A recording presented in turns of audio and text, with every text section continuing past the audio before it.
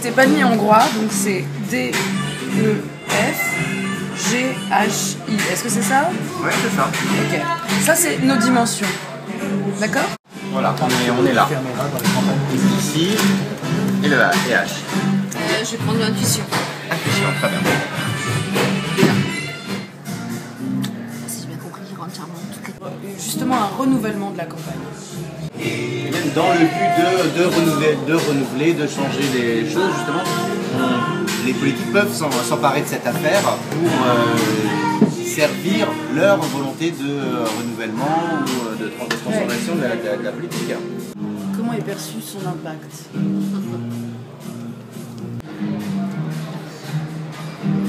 Je pense que l'impact de l'affaire Mera sur la campagne présidentielle et particulièrement sur Sarkozy, c'est que là, il se défait de son rôle de candidat et il assure son rôle pérenne de président.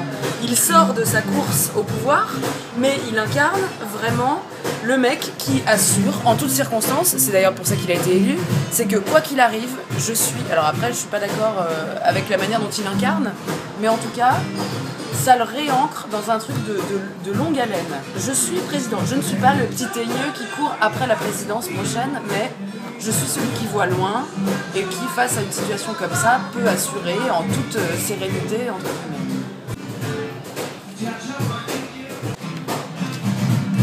La licorne folle. La licorne folle, c'est l'obsession de la pureté.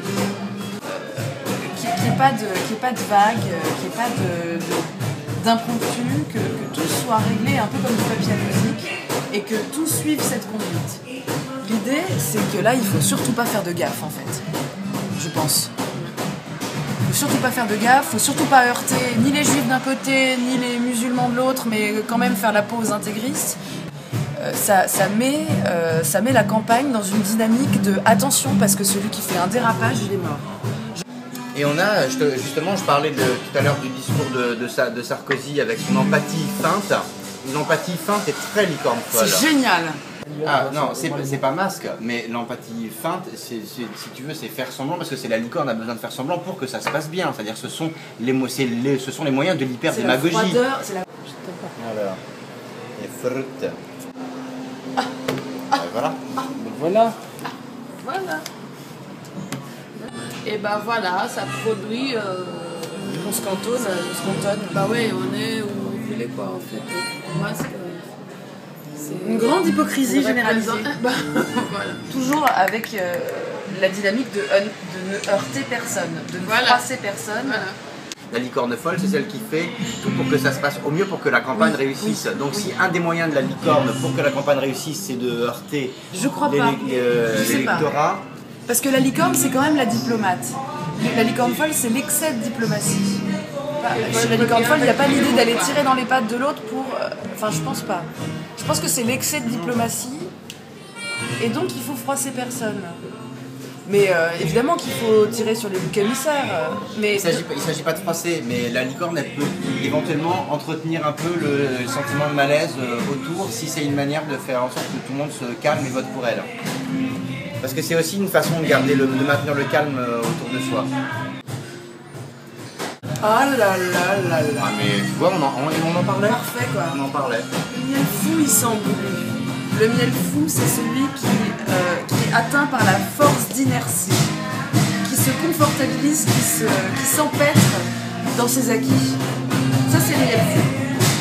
Actif, hein, le miel fou, c'est 21, c'est actif. C'est-à-dire que c'est un effort, c'est un processus qui est en marche. Ce qui se passe avec cette affaire-là, c'est que la campagne présidentielle, en fait, s'enlise. C'est-à-dire que ça va faire une semaine que c'est arrivé, mais il suffit de regarder BFM TV pour que tout tourne en boucle pendant des heures sur la même chose. Donc on veut s'enliser autour de cette affaire. On veut tout focuser sur ce drame. C'est ça. Marine Le Pen, elle est là-dedans. Elle est dans la routine mortifère. Elle dit, je vous l'avais dit. Je vous avais prévenu, c'est des groupes politico-religieux et extrémistes. Je vous l'avais dit, on n'a pas fait machin. On n'a pas fait ce qu'il fallait. Ça devenu confortable pour elle. C'est très confortable. C'est du confort. De toute façon, c'est du petit lait. C'est une aubaine merveilleuse qui soit arrivée ça en pleine campagne, pour eux. Hein. Onde de choc. Celle qui vaut le plus, c'est la carte de l'énergie parce qu'elle est centrale. parce qu'elle innerve autour d'elle 4 cartes. Donc elle, comme elle est en contact de 4 cartes, horizontalement et verticalement, elle compte pour 4. D'accord? Les cartes qui sont en contact avec 3 cartes, comme l'épée, celle-là et celle-là, même si la dimension est vide, elles comptent pour 3. Celles qui sont aux extrémités, aux angles, elles sont en contact avec 2 cartes, donc elles comptent pour 2. Hyper simple. Donc là, on compte les ondes de choc. Là, on a 4 ondes de choc, du coup. Donc là, c'est l'onde de Charles. Là, on en a combien en plus? 2. Elle est en contact avec 2 cartes. Elle est aux extrémités. Donc on a 4 et 2, 6. Elle compte en onde de choc aussi. Elle compte en onde de choc et en onde de charme. Donc elle compte pour 3 parce qu'elle est en contact avec 3 cartes. Donc 6 et 3, ça fait 9. Et ensuite, on a celle-là qui compte pour... En fait, c'est ça. La carte de l'énergie, elle est en contact avec 4 cartes. Donc, elle compte pour 4 points. Et les autres qui sont en contact avec 3 cartes comptent 3 points. Et celles qui sont aux extrémités, aux angles, qui sont en contact avec 2 cartes, comptent pour 2 points. Donc là, comment on compte ça? 6 et 3, 9. Et 2, 11. On a 11 ondes de choc. Ensuite, si on compte les ondes de charme, on en a 3 là. On en a 2 là. 2 et 3, 5. 5 et 3, 8. On a 8 ondes de charme pour 11 ondes de choc.